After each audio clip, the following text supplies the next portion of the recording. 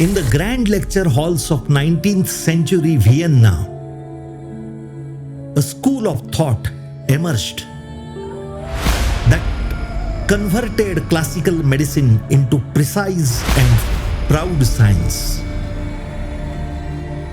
Here, scalpel was not just a tool, but it explored the beauty of anatomy and observed the physiological facts. Vienna was a cradle of giants. This was the place where an Austrian monk, Gregor John Mendel, found the researcher in him. The great Landsteiner, who made blood transfusion possible, has a legacy of Vienna.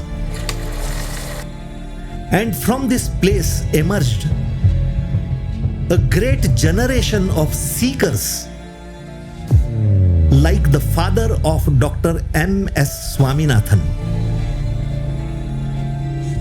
who would serve poor people of colonial South India, getting his medical knowledge from Vienna.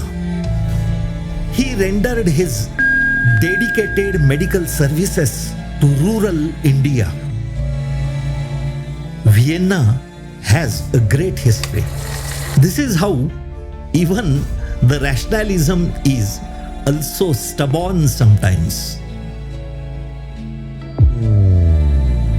Vienna school hesitated to accept the new emerging germ theory of diseases. Yet, dedication of Robert Koch rewrote the history of modern medical science. He combined two disciplines together, microbiology and pathology.